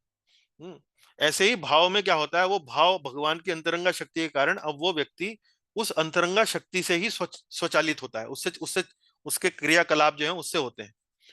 तो परमानंद यानी कि मूल स्वभाव में ही भक्ति का प्रकट हो जाना। अब उसे हलादनी शक्ति के कारण परमानंद का अनुभव होता है। और फिर अंततोगत्वा प्रेम, श्री कृष्ण के लिए शुद्ध प्रेम। तो ये देखिए, ये पूरा का पूरा क्रम जो है वो रूप गोस्वामी जी भक्ति रसामृत सिंधु में बता रहे हैं कि कैसे श्रद्धा से प्रेम तक का जो ये यात्रा है ये चलती है। ये समझ में आया आपको? थोड़ा कंफर्म करें एक दो लोग। निधि माता जी समझ में आया? जी जी प्रभु जी। यस प्रभु जी, आया समझ में। मोहनलाल जी? In progress. चलिए चलते हैं, फिर समझ में आया तो आगे चलते हैं। अब आगे और कुछ छोटी मोटी बातें जो है रूप गोस्वामी जी बता रहे हैं प्रेम भक्ति की विशेषताओं को लेकर। प्रेम भक्त को समझना सरल नहीं है, क्योंकि मैंने आपको बताया ना, जैसे भूत प्रेत चिपट जाता है किसी व्यक्ति के ऊपर तो भूत प्रेत ही अब उस व्यक्ति को चलाता है। वो व्यक्ति तो पीछे बैकग्राउंड में चला जाता है और वो भूत प्रेत जो है वो चलाता है उसको। इसी तरह से प्रेम में भी ये जो व्यक्ति है ये वास्तव में अब अपने आप अपना उसके ऊपर नियंत्रण नहीं रह जाता है। तो अब आप चलिए यहां से पढ़िए निधि जी।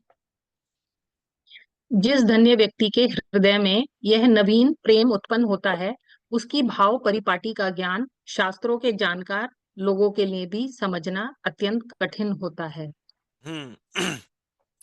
यहाँ रूप गोस्वामी जी कह रहे हैं कि ऐसे व्यक्ति को समझ नहीं पाता कोई। क्यों नहीं समझ पाता? क्योंकि वो व्यक्ति तो वास्तव में सिर्फ इसी बात से चलता है कि भगवान उसे मिलेंगे या नहीं मिलेंगे। यदि उसे लगता है कि भगवान मिलेंगे तो बड़ा प्रसन्न हो जाता है, नहीं मिलेंगे तो बड़ा एक तरह से व्यथित हो जाता है। और सामान्य जीवन में हम लोग देखते हैं कि हमें जब कोई भौतिक वस्तु मिलती है तो हम प्रसन्न होते हैं, और हमें कभी कोई भौतिक वस्तु नहीं मिलती है तो हम अप्रसन्न हो जाते हैं। तो ये भौतिक वस्तुओं वाली बात जो है ये प्रेम भक्त के ऊपर लागू नहीं होती। उसे भौतिक वस्तु मिले चाहे ना मिले उसको कोई फर्क नहीं पड़ता है। वो तो केवल भीतर में जो भगवान उसको मिलने वाले हैं नहीं मिलने वाले हैं इस बात को लेकर वो प्रसन्न होता है और अप्रसन्न रहता है। या व्यथित रहता है। तो इसलिए जो सामान्य व्यक्ति हैं जीवन जगत में, वो इस प्रेम भक्त को समझ नहीं पाते हैं, उसके व्यवहार को समझ नहीं पाते हैं। वास्तव में प्रेम भक्त की अवस्था ऐसी होती है कि वो स्वयं भी नहीं समझ पाता है कि वो ऐसा क्यों कर रहा है। वो तो वास्तव में भगवान के प्रेम के वशीभूत होकर ही सब कार्य करने लगता है। तो आगे पढ़े माता जी, ये उदाहरण दिया है प्रभु महाराज ने। हे देवी पार्वती, हम्म। श्री हरि के प्रेम में उन्मत्त व्यक्ति परमानंद में निमग्न होकर अपने सुख या संकट का बिल्कुल भी अनुभव नहीं करते। ना तो उन्हें सुख का संकट का कोई अनुभव नहीं करते हैं। आपने भागवत में ये कई बार शायद सुना होगा, परीक्षित महाराज जब कथा सुन रहे थे तो कह रहे हैं कि जी सुनाते रहिए, मुझे तो ना तो भूख लग रही है ना प्यास लग रही है, मुझे तो कथा सुनने में ही आनंद आ रहा है। उनको बता दिया था कि उनकी मृत्यु 7 दिन बाद होने वाली है, और उस पर भी वो उपवास करके बैठ गए 7 दिन तक। और सुखदेव गोस्वामी उन्हें कथा सुना रहे हैं, उन्हें ना तो भूख लग रही है ना प्यास लग रही है, ना इस बात की चिंता है कि उन्हें मृत्यु उनकी होने वाली है। तो ये हालत हो जाती है प्रेम भक्त की।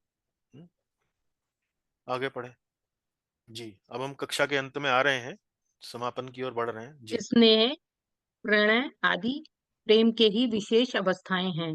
चूंकि ये विरले ही प्रकट होती हैं, अतः इनका वर्णन यहाँ नहीं किया जाएगा। हाँ, तो अब ये जो हमने प्रेम वाली जो अवस्था पढ़ी ना, अब प्रेम की अवस्था में भी सब ब्रांचेज हैं, अलग अलग ब्रांचेज हैं। उनमें एक नाम, उसमें से एक अवस्था का नाम प्रणय है, एक अवस्था का नाम महाभाव है। स्नेह, प्रणय, महाभाव, अनुराग, राग, इस प्रकार से अलग अलग प्रकार की अवस्थाएं प्रेम में भी, प्रेम भक्ति में भी वो आती हैं, जिनमें भी अलग अलग एक प्रकार से वेरिएशंस हैं, मूड हैं, भावनाएं हैं, सबका टेस्ट अलग अलग है। तो स्नेह, प्रणय आदि प्रेम की ही विशेष अवस्थाएं हैं। चूंकि ये विरले ही प्रकट होती हैं, अतः इनका वर्णन यहाँ नहीं किया जाए। इनका वर्णन कहाँ किया है रूप गोस्वामी जी ने? इनका वर्णन ग्रंथ के पश्चिमी विभाग में किया गया है। तो हमने आरंभ में आपको बताया था भक्ति रसामृत सिंधु के 4 विभाग हैं, पूर्वी, पश्चिमी, उत्तरी और दक्षिणी। जैसे भक्ति रसामृत सिंधु, इसको सिंधु बताया गया ना, सागर बताया गया है। तो सागर की 4 दिशाएं हैं, पूर्वी दिशा, पश्चिमी दिशा, उत्तरी दिशा, दक्षिणी दिशा। तो अभी जो पहला जो भाग हम इस पुस्तक का पढ़ रहे हैं वो पूर्वी विभाग है। तो पूर्वी विभाग में ये सब 19 अध्याय दिए गए हैं, मतलब ये जो 4 चैप्टर दिए गए हैं, सामान्य भक्ति, आपका साधन भक्ति, उसके बाद भाव भक्ति, और उसके बाद फिर प्रेम भक्ति। तो अभी हम प्रेम भक्ति वाला विभाग पढ़ रहे हैं, इसलिए चौथा अध्याय इसको बोला गया है। तो बाकी ये जो प्रेम का और डिटेल जो बताया गया है, ये ग्रंथ के पश्चिमी विभाग में इसके ऊपर चर्चा की गई। ठीक, आगे चलिए पढ़िए। मेरे गुरु श्री सनातन गोस्वामी ने बृहद बृहद भागवतामृत, भागवत अमृत में अति गुण भक्ति सिद्धांत माधुरी का सुस्पष्ट वर्णन किया है। हाँ, तो पिछले श्लोक में हमने क्या पढ़ा? ये जो प्रेम भक्ति है, इसके काफी डिटेल्स जो हैं वो भक्ति रसामृत सिंधु के पश्चिमी विभाग में बताए गए हैं। तो रूप गोस्वामी जी यहाँ बता रहे हैं कि भाई जो मेरे गुरु हैं सनातन गोस्वामी जी, उन्होंने ग्रंथ लिखा है बृहद भागवतामृत। उसमें उन्होंने इस प्रेम भक्ति वाले टॉपिक का और काफी डिटेल में और कॉम्प्लिकेटेड या कॉम्प्लेक्स वर्णन जो है वहां पर उन्होंने किया है, बड़े स्पष्ट तरीके से वहां पर किया है। किसी को पढ़ना हो तो बृहद भागवतामृत नामक ग्रंथ में आप प्रेम भक्ति की डिटेल्स और पढ़ सकते हैं। ठीक, अब रूप गोस्वामी जी जो है प्रणाम के द्वारा इस पूर्वी विभाग का, भक्ति रसामृत सिंधु इस पुस्तक के पूर्वी विभाग का समापन करते हैं। तो वो क्या कहते हैं? भक्ति रसामृत सिंधु के पूर्वी विभाग के रचना से ये जो लोग हैं ये प्रसन्न हो। कौन कौन से लोग प्रसन्न हो?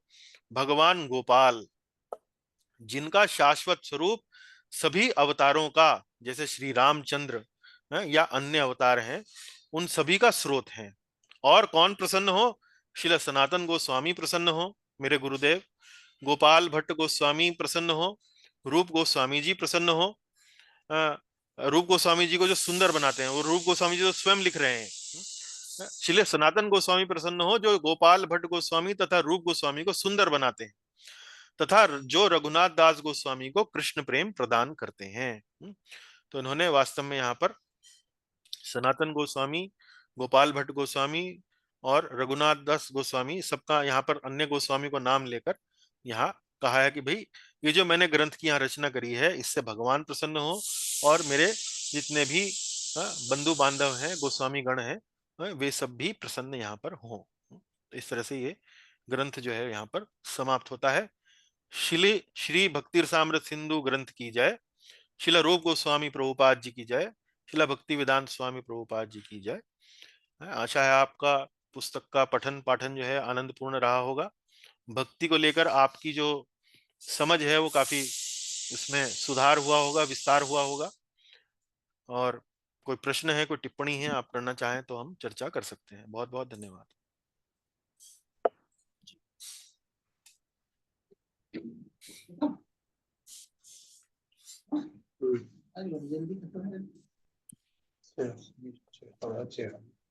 इसके ऊपर अगली कक्षा जो हम करने वाले हैं वो प्रश्नोत्तरी वाली करेंगे।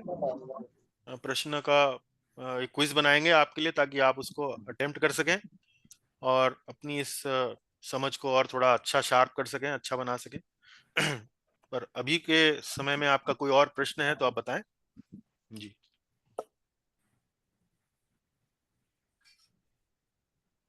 हरे कृष्णा प्रभु जी, सादर प्रणाम। सादर प्रणाम कल्याणी माता जी, बताइए कोई प्रश्न है आपका?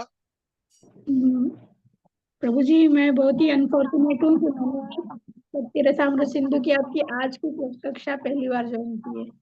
इसके हाँ, तो पहले हमने रिकॉर्डिंग करी है माता जी, तो रिकॉर्डिंग का लाभ आप ले सकती हैं। अच्छा, हाँ ठीक है जी, प्रभु। तो वो मैं प्लेलिस्ट जो है, आप हमारे YouTube चैनल पर जाएं और प्लेलिस्ट भक्ति रसामृत सिंधु या नेक्टर ऑफ डिवोशन के नाम से प्लेलिस्ट बनी होगी। संभव है नेक्टर ऑफ डिवोशन हिंदी के नाम से बनी होगी। तो उन वीडियोस को आप सिलसिलेवार तरीके से देखें, पुस्तक सामने रखें और कोई समझ में ना आए तो आप फोन करके पूछ लें, नहीं तो मुझे घर पे बुला लें अपने, आप तो हमारे पड़ोस में ही हैं। मैं अभी इंदौर आ गई हूँ। अच्छा, इंदौर आ गई हैं तो कोई बात नहीं, फोन से बात कर लें, जब वापस आए बैंगलोर तो तब बात कर लीजिए।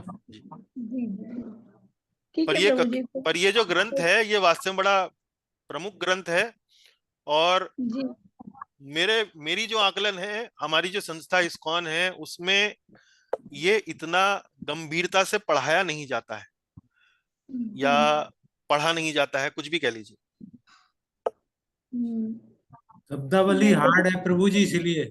हाँ, वो जो भी है, लेकिन अगर कोई ग्रंथ मूल्यवान है, उपयोगी है और वास्तव में भक्ति के विज्ञान को प्रस्तुत कर रहा है और हम सभी लोग जो है भक्ति योग अपने आप को कहते हैं, भक्ति योगी हैं, तो भाई हमारा को कम से कम इस ग्रंथ की ABCD से लेकर एंड तक जो कम से कम 19 अध्याय जो यहाँ पढ़े हमने, या मूल भक्ति रसामृत सिंधु ग्रंथ के जो 4 अध्याय हमने पढ़े हैं, उन पर हमारी पकड़ अच्छी होनी चाहिए,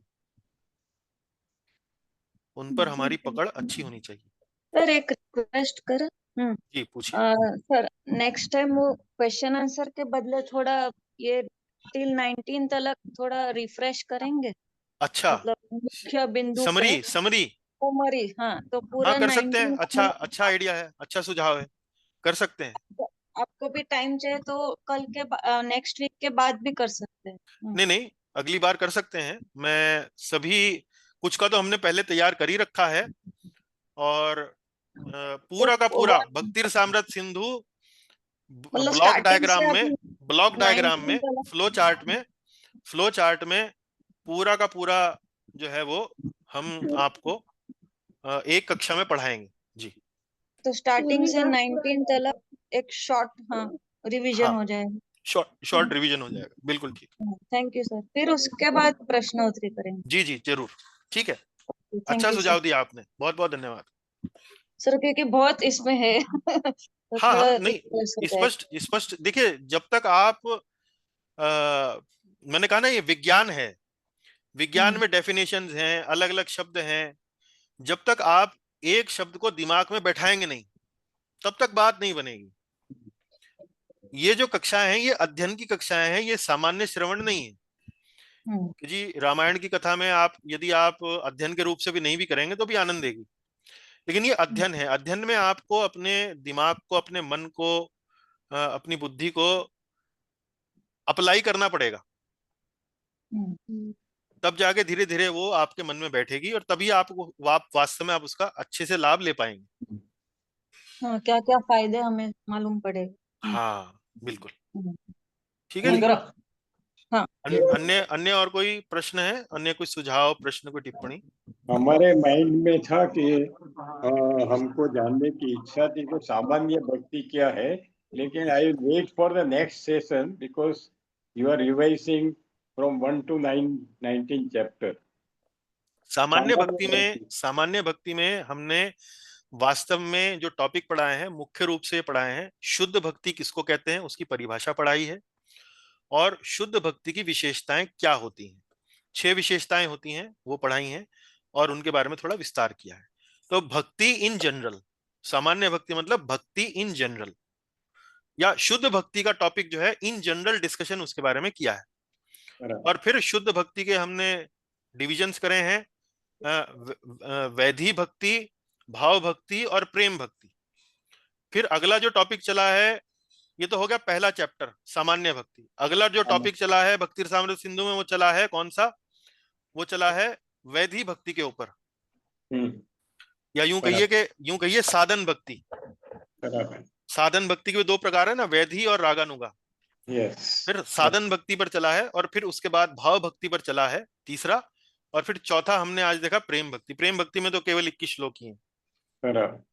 तो सामान्य भक्ति में जो हम लोग नॉर्मली 99% जो आदमी करते हैं, पूजा पाठ करते हैं भगवान नहीं, को, वो उसका मतलब वो नहीं है। उसका सामान्य भक्ति का मतलब वो नहीं है कि जो आप सामान्य रूप से जो पूजा पाठ करते हैं।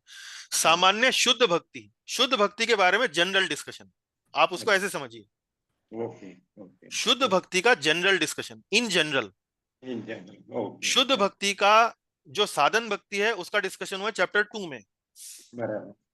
शुद्ध भक्ति में जो भाव भक्ति है उसका जो डिस्कशन हुआ चैप्टर 3 में, और फिर प्रेम भक्ति चैप्टर 4 में। लेकिन भक्ति, शुद्ध भक्ति इन जनरल वो आरंभ में बताई गई है। वो आपको पढ़ना है तो आप हमारे प्लेलिस्ट में जाकर उन वीडियोस को देख सकते हैं, सुन सकते हैं, रिकॉर्डेड है। थैंक यू प्रभु जी। जी धन्यवाद। थैंक यू प्रभु जी। चलिए माता जी, हरे कृष्णा। और कोई प्रश्न, कोई टिप्पणी? दंडवत गुरु जी। हाँ दंडवत प्रभु जी, बोलिए। बहुत ही मधुर, बहुत ही सुंदर, as usual. All glories to my guru ji. धन्यवाद। All glories to Shri Prabhupada.